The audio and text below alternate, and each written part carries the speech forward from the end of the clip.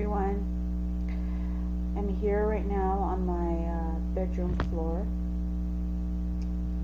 and this is a very, very serious vlog. I just got home half an hour ago. I just got out of jail.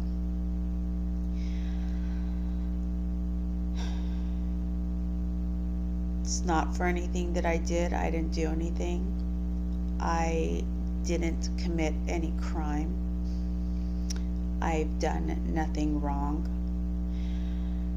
What happened is that I've done previous vlogs. In fact, I've opened my channel based on my platform, which is, for this channel, life. And I'm very outspoken, I'm very real about everything, and I'm very, very honest. I believe in full disclosure. However, when it's legally not possible, then I will not give full or complete disclosure, because I can't. Other than that, I'm being very real, as I always have been with all of you. Like I said, I just got out of jail just a short time ago. Things have become very real very fast. A lot of things I thought had improved and had looked up and become a lot better. Maybe I was under the wrong impression. I don't know. But I can tell you that I've become stronger than ever. And what they, and by they I mean the bad guys, and by the bad guys I'll specify, I mean the court system, the prosecutors, the commissioner, the judges, even those attorneys who are appointed to represent me. They are the bad guys. They are absolutely dishonest. They cheat, they lie, they're underhanded, they're sneaky. They do things that they're not legally allowed or supposed to do, but they do it anyways. For some of those wrong acts and horrendously bad deeds of theirs, they use loopholes. For the rest of those evil deeds, they just do it illegally. But who's going to talk about it really in court? Is it the attorney who's appointed to defend me? Or if any of you have been through this, defend you? No, it doesn't always happen that way, not in my case.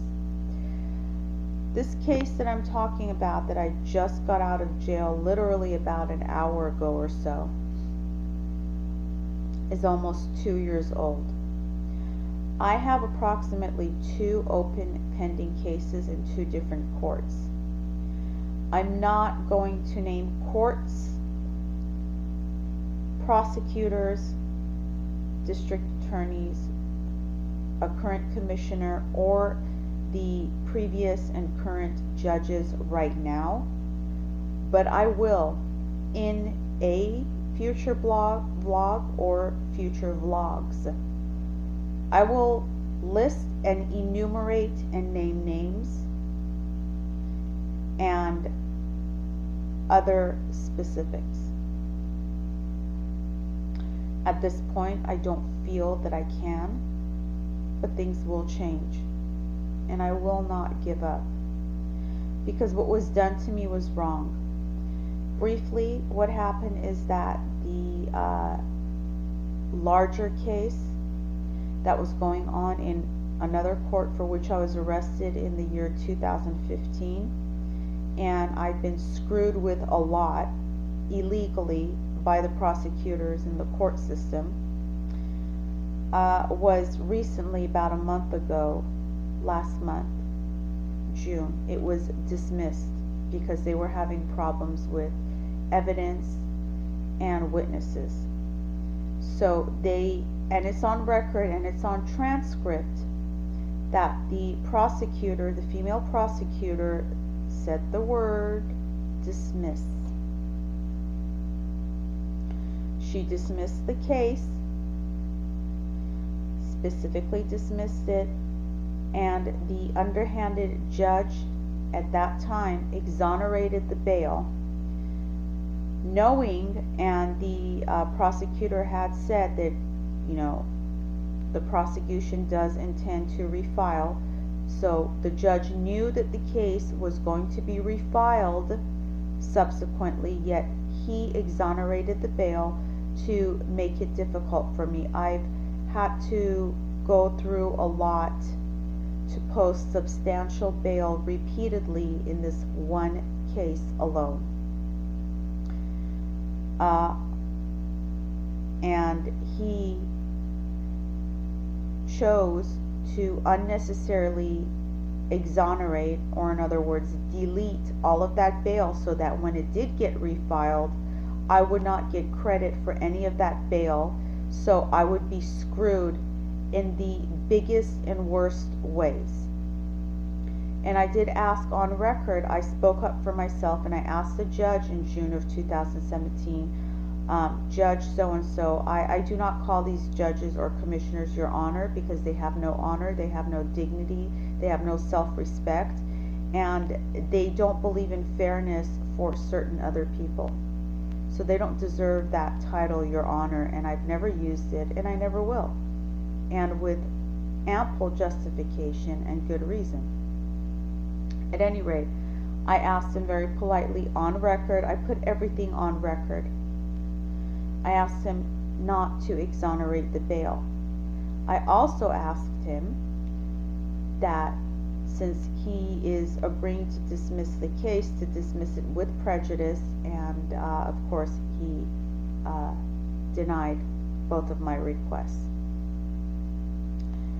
I was devastated. Normally somebody would be very happy when a case is dismissed, and I would have been too, but I knew why they were dismissing it. Because in so many ways they were cheating. They didn't have what they needed, so they dismissed it to stop the clock from running. And then about 3 days ago, they refiled. And my attorney of record, my appointed attorney from the bar panel, did not inform me of this. He turned out to be a very shitty and crooked and corrupt attorney. I thought that this one, out of all of the attorneys that I've been through, and I've been through several, I was very optimistic, I was very positive that he was going to actually be the one attorney who came along to actually defend me. And it turned out that he did not. And I was led to walk into that one myself. I asked the bar panel person, if you will, to assign him to the other case that I have in another court after he was assigned to this one. So I'm stuck with him on the other case. He's kind of removed himself from this case that's been refiled, because he knows how crooked he is. He knows where his bread is buttered, and therefore where and who he's working for, and it isn't for me. It's for the other side, and that's not paranoia, it's not an overreaction, it's not my anxiety or distress saying this, it's reality. I am absolutely overwhelmed and exhausted, and I'm sure you can see that. Just got out of jail. So what happened is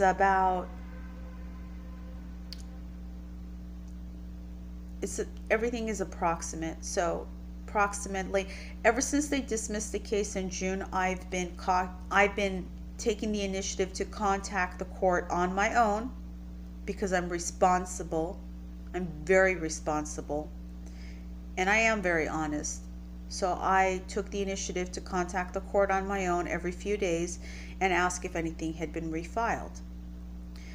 Up to about 3 days ago, I contacted the court clerk where the case was originally dismissed in June of 2017, and I asked him to check because he has access to everything. And I asked him to check, and he alleged, and I use that word for a reason, he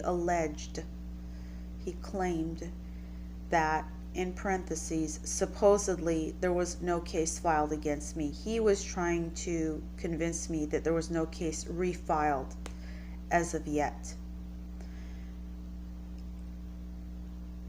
And I was manipulated by this clerk. So he lied to me, is what I put together. 2 and 2 equals 4. So I called him about 3 days ago at the courtroom, and I, gave him my name, pertinent information, so he would check. He said he would check, and for me to call him back. So I said fine, and I planned to call him back at the courtroom in maybe 2 or 3 hours, where there would have been enough time for him to thoroughly check and give me an answer. Meanwhile, I went to the gym, to my trainer, and I came back, and that had been only about an hour, and I got a text on my cell phone from his cell phone, inappropriate. He could have called me from the courtroom, or he could have waited for me to call him, but he texted me from his cell phone, and with a happy face emoji, and said that he had looked and there had been nothing filed against me, allegedly. Okay, so and then, because I wanted to be up on it and make sure and be conscientious about the case, I was very worried. I was very stressed out because I knew that something was being refiled, and not through my attorney of record, because he is irresponsible and corrupt, and he would not be the one to give me a heads up, and the court had not communicated, or the prosecution also had not communicated with me in any manner to let me know. So these 2 or 3 days I've been in contact with the clerk, because I thought that was probably the best option, because the clerks in the courts have access to up-to-date information even before it hits the system where you can check publicly. And I had been checking publicly, and there had been nothing on record for this case having been refiled. However, in the background, they had actually refiled. The prosecution had refiled, and whereas originally I had about 5 charges and no more, they have refiled with 12 brand new charges, where they just stack charges and counts. They take one and they bring out about 5 or 6 out of that one. So basically they repeat themselves, and they just use different terminology for the same charge. They play dirty, especially when they know that it's not a very important case. This is a run-of-the-mill fraud case with allegedly less than $700 alleged to be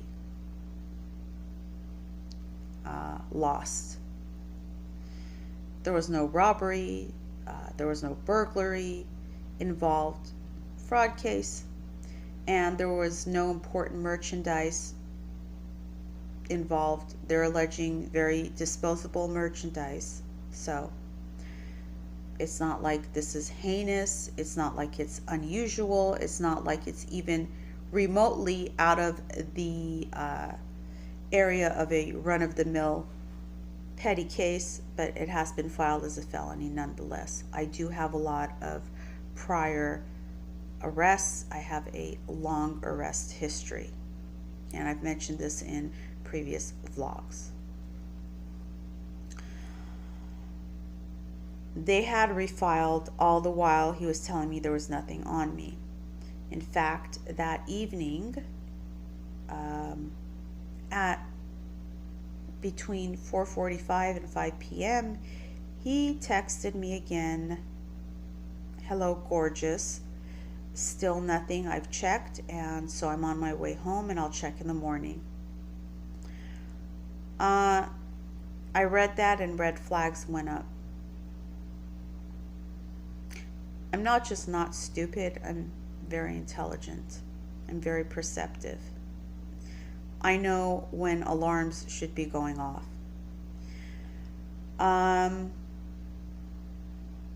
I called him the next day just as I was walking into the gym at about 9:30 in the morning, because court technically starts at 8:30, so I thought 9:30 would be ample time. I called him, whereas the evening before, up to about 5 o'clock, according to him, allegedly, there was nothing refiled on me and nothing on me. 9:30 the next morning, I call him at the courtroom, not on his cell phone, and he's all, "Oh, hey, yeah, let me check." All of a sudden, he's all, "Yeah, there's stuff on you. There's an almost $400,000 bench warrant bail on me suddenly." Up to 5 o'clock the previous evening, nothing, and all of a sudden, a bench warrant with no notification given to me by the prosecution or the court or anybody or any agency or any other source, period. Yet they had refiled all along, and in one day flat placed a $400,000 bench warrant bail on me. $400,000 is not the exact amount. I'm rounding off, just letting you know that's the approximate amount.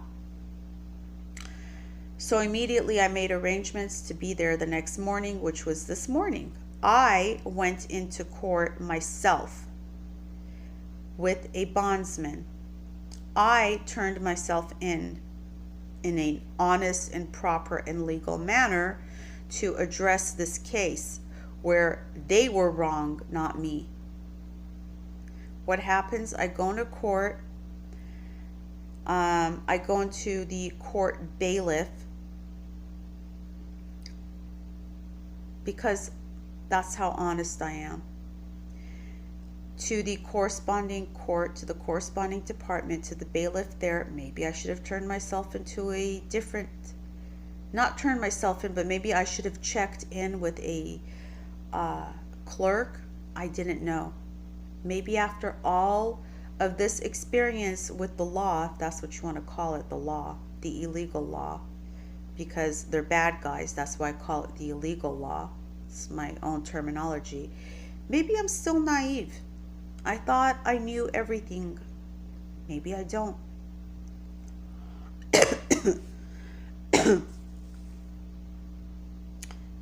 Bear with me, I still have remnants of the flu from last week, but I'm a lot better physically.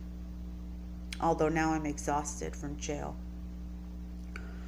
At any rate, there was one bailiff in the hallway, and he had, last year he had gotten a little too close, so I didn't even consider checking in with him. So I went to the corresponding bailiff deputy in the courtroom, and I told him, I gave him my name, identification. I told him that I was here for my court date. Well, I didn't technically have a date, but I was checking in for court because there's a warrant, so I wanted to come in and address the case.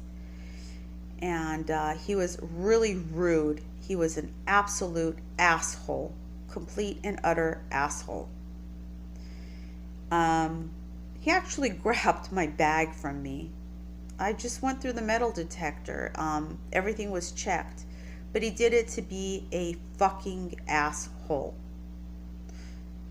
This vlog is not for children, by the way. I don't know why he did it. I didn't take anything with me except my identification, my keys, relevant paperwork, and that's about it. And my jacket, you know, because it's cold inside the courtroom. I didn't take my purse or anything. Because they manhandle things, and so you don't want to take nicer things into court with you. And I told him that I would be in the hallway. I'm there with my bondsman. My bondsman is in the hallway, so I just want to speak with him. And he said, "Ma'am, you have a warrant on you." I said, "Yes, but I'm turning myself in. I'm here in court to address this on my own. Nobody even notified me about this. I took the initiative." So he shrugged his shoulders. I went into the hallway. I consulted with my bondsman, and about half an hour later, this bailiff comes out into the hallway and takes me back into the courtroom, cuffs me up, and puts me in the basement jail portion.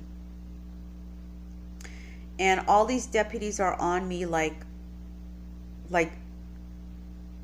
I'm dangerous, which I'm not, and they know that. It's not like they really thought I was, but they're sadistic. They want to try to lower you as much as they can, but it didn't work with me because I told them that I will cooperate with them on the condition that they let me use the phone first. And they have a particularly nasty female deputy in there. I'm not going to mention her name. So I will say this just for general identification purposes. She's Asian descent. That's the only reason I'm mentioning it, for general identification purposes only. She has a very ugly face physically, but she's even uglier on the inside because her mentality is of somebody who would work in a dark, dank basement in a jail portion of a court, or even in a jail or a prison. That's her mentality. She's rude right off the bat, and I wouldn't stand for it. And I told her in these words, I will not take your BS this morning. So get off of me, because you're not going to search me until you guys give me a phone call, because I've been through this too many times. And as they love to point out in their twisted way, which gives them so much pleasure, this ain't my first rodeo. Yeah, I know that. You don't need to tell me. So I will handle you guys on your level. So we had to come to an agreement. At any rate, I called my bail bondsman. I was in such emotional distress. I urged him to post my bail right away, but he couldn't because they had to get a court date first, and the case had to be called, and so on and so forth. And of course, the assigned appointed deputy was not there because he's a piece of dog do, okay? And that's a huge understatement. So I had to sit there in the freezing cold basement while it's scorching hot outside, Cali weather, and wait for a public defender, which is interesting because the public defender's office had called conflict when this case first started, and so had the alternate public defender's office, to where they appointed me an attorney or attorneys from the bar panel. Interesting how all of a sudden today a public defender came to handle the case today, if you can call it handling that. So I was really angry and upset. Of course, I explained everything, the entire history of the case, how my bail was originally $50,000 when I was arrested, how I was scammed by one bail bondsman who to this day is still stalking me and has previously filed a false police report, and has also caused a misdemeanor case against me with his lies, which the city attorney was all too anxious to pick up, which they normally wouldn't, because it's obviously, there's no evidence because it's a malicious prosecution case and I'm not guilty. And he's obviously lied because he's not a very intelligent person, and he's not a good liar, so he's made himself obvious. At any rate, and that's in the other court with the other case. I told her about that. I told her how after that I posted bail with a legitimate corporate bail bonds company. I was on bail. I did everything properly. I've never had any failures to appear ever in my long history of arrests. In fact, I've always been not only on time to court, I've been an hour early to court every single court date because I'm conscientious and responsible. Hey, people are not perfect, but I also take responsibility. So I've always been early to court, and I've always been to court, never missed a single court date, never been so much as late. Again, always been early. I stressed that to her like I'm stressing it to you guys here. I explained to her how after the $50,000 bail, and I had attended all my court cases in December of 2015, during a routine court case with my attorney then, this scam bail bondsman came to court and told the judge, who is also very corrupt, who seemingly has political aspirations, that he wanted my bail revoked, and he was not my bondsman. And the judge didn't even bother to question him. And I tried to explain to the judge, excuse me, Judge so-and-so, that's not my bail bondsman. I'd never posted bail with him. If you'll just let me go out to my car, which is parked right out front, I can get the paperwork from the bail company that I have posted with, and he wouldn't let me. He raised my bail to about $200,000 right then and there with no justification. He can say he went off of the bail schedule, but it was not justified at all. And in fact, he didn't go according to the bail schedule. I was then snatched into custody and into the jail there pending posting bail. Posted bail, conducted my case properly. Last year in 2016, they offered me a plea deal of, again, I'm just being approximate in general, about a year with half in jail instead of the state prison. I didn't want to, against my better judgment and my intuition, I took that deal. And because I've had such a good record with my appearances to court, the judge at that time gave me until October to surrender myself. And between August 2016 and October of 2016, my entire existence was turned upside down so that I could make arrangements for this surrendered and to do this time in the jail. And it was harsh, and it was one of the worst times in my life. I went through so much to prepare for this. 2016, when I went to surrender myself in October 2016, the prosecutor, some little bitch, had a shit fit. Now the court had given me this deal, technically, not the prosecution, but the prosecutor told the weak-minded judge she can't have this deal, so on and so on. And the judge illegally revoked the sentence. I didn't ask for the plea or the sentence to be revoked. He revoked it. And since this was not my fault, he was calling it, well, it was an illegal sentence. It was the error of the court. Okay, you just said that on record. Then you should give me an OR and let me continue to appear on this case on my own recognizance. It's not my fault. You're taking back the plea and the sentencing. This is post-sentence. But no, he didn't want to give me an OR. He put another $200,000, and I'm rounding off, $200,000 bail on me and stuck me in jail. I was taken down to the basement, booked in, jailed, and then I was taken on the bus to the county jail. Los Angeles County Jail is the worst jail. The people who work there are sadistic beyond measure, and they do not operate on the level of the law. They break laws all the time, regardless of how many times they're sued and penalized. They still break the law all the time. Every bad thing that is said about them is absolutely true and accurate. And you still haven't heard enough. I was taken there and kept in the reception area for approximately a month. And no matter how much I urged and begged them for the proper health materials and showers, they refused me. And I had to battle with them to get out of that reception area, because I wasn't going to have that, and be taken to the permanent cell block. And I won't call it housing, because that's not housing. That is not my house. To the cell block, where it took another week to be able to use the phones.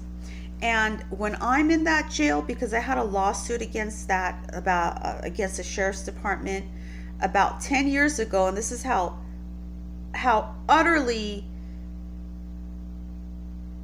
unintelligent and blatantly stupid these people are, that 10 years later, the ones who still work there still remember that lawsuit, and they penalized me by making me what is called a K-10, which is a keep away.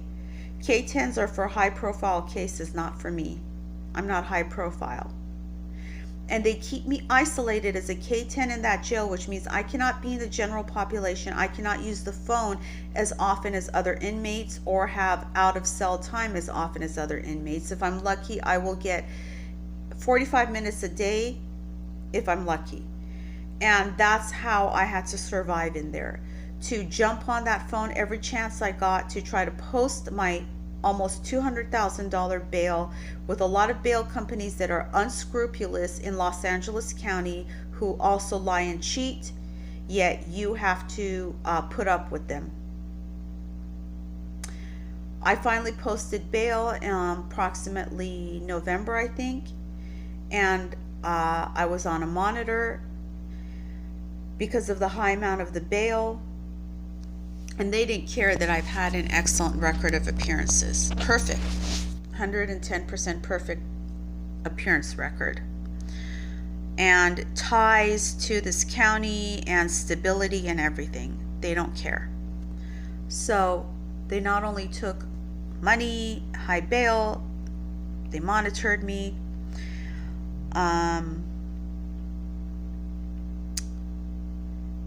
And so since November of 2016 through June of 2017, I fought the case, so to speak, and went back and forth. Then I finally got an attorney who I was hopeful, but who turned out to be just as corrupt as the other attorneys before him.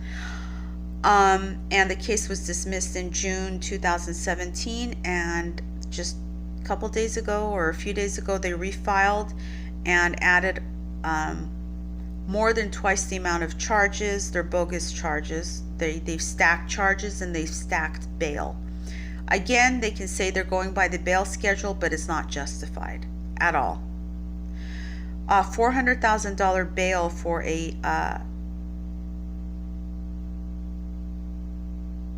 theft fraud case, which is below the amount of $700, is unjustified, regardless of arrest history, priors. They're all nonviolent.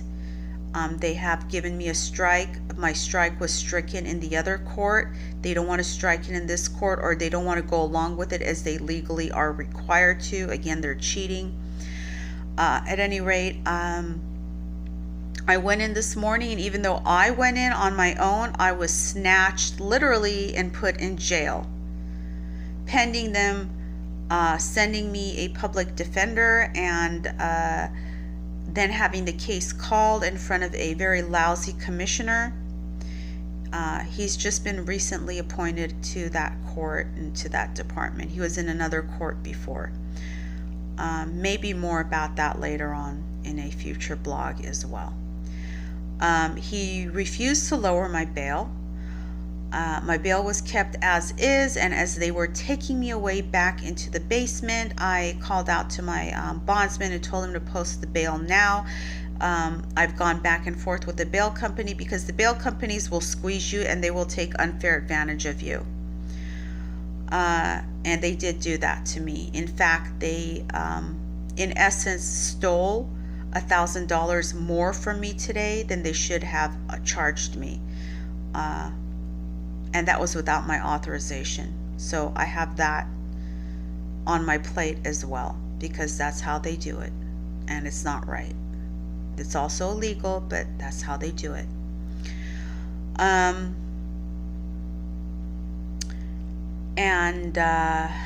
it took a lot today to get out. But I'll say that this bail company has also worked with me, and so on that hand, I also do applaud them. I mean, I'm going to be honest. I do applaud them for them having worked with me. And maybe if it came down to it, I would actually recommend them to someone else too as well. At any rate, so by now it's been maybe a little over an hour that I got out. Sitting here on the bedroom floor, one of the lights just dimmed on their own. And I'll show you something right now. As soon as I get this light back on, let's see.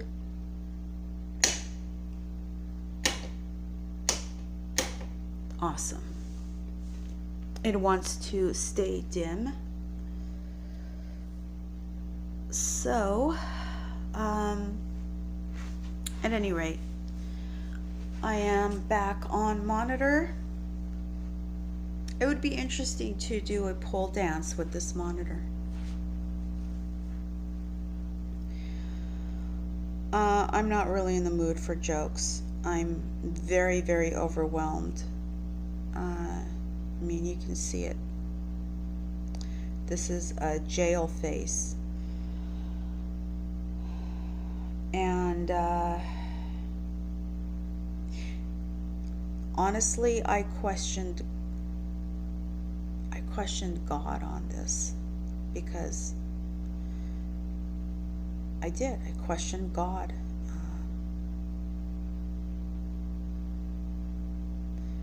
Weren't you protecting me all this time? Weren't you, I mean, what happened suddenly? But you know what? Things happen.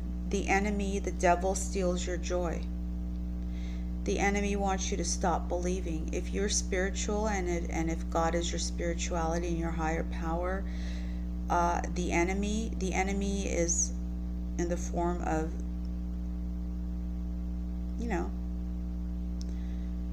the supernatural enemy, but it forms itself in weak people, weak-minded and evil people. They are very easily affected, and that's what's happening here. These are the people who are working against me: prosecution, courts, and even your appointed attorneys. Hey, the enemy works through them because they're the easiest ones. Yay. Light undimmed itself. On cue, huh? Here's the bedroom floor.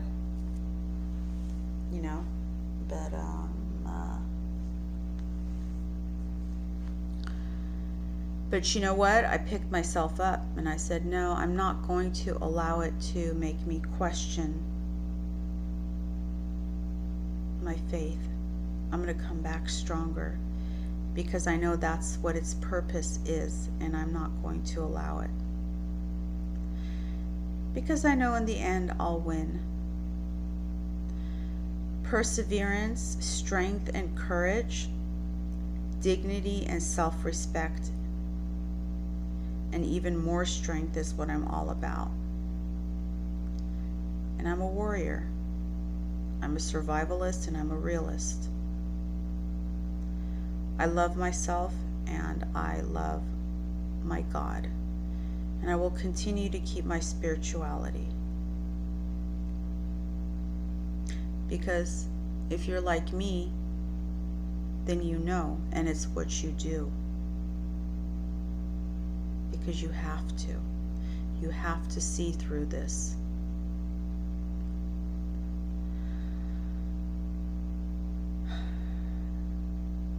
When you're given a cup of acid Turn it into a bowl of ambrosia.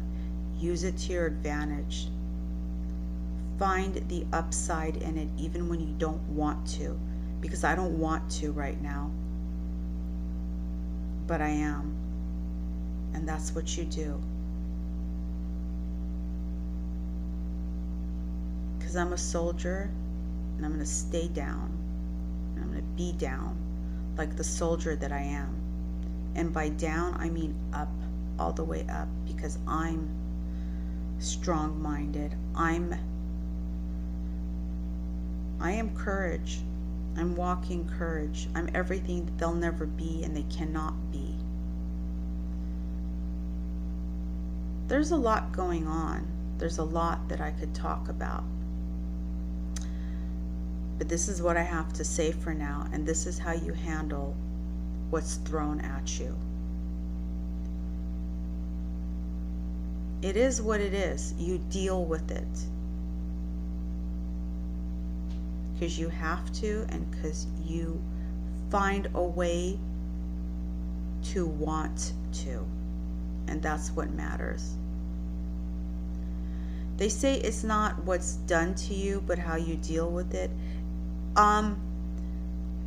In actuality, it is what's done to you. But even more importantly is how you deal with it. Okay, guys. Good night, and I will see you again.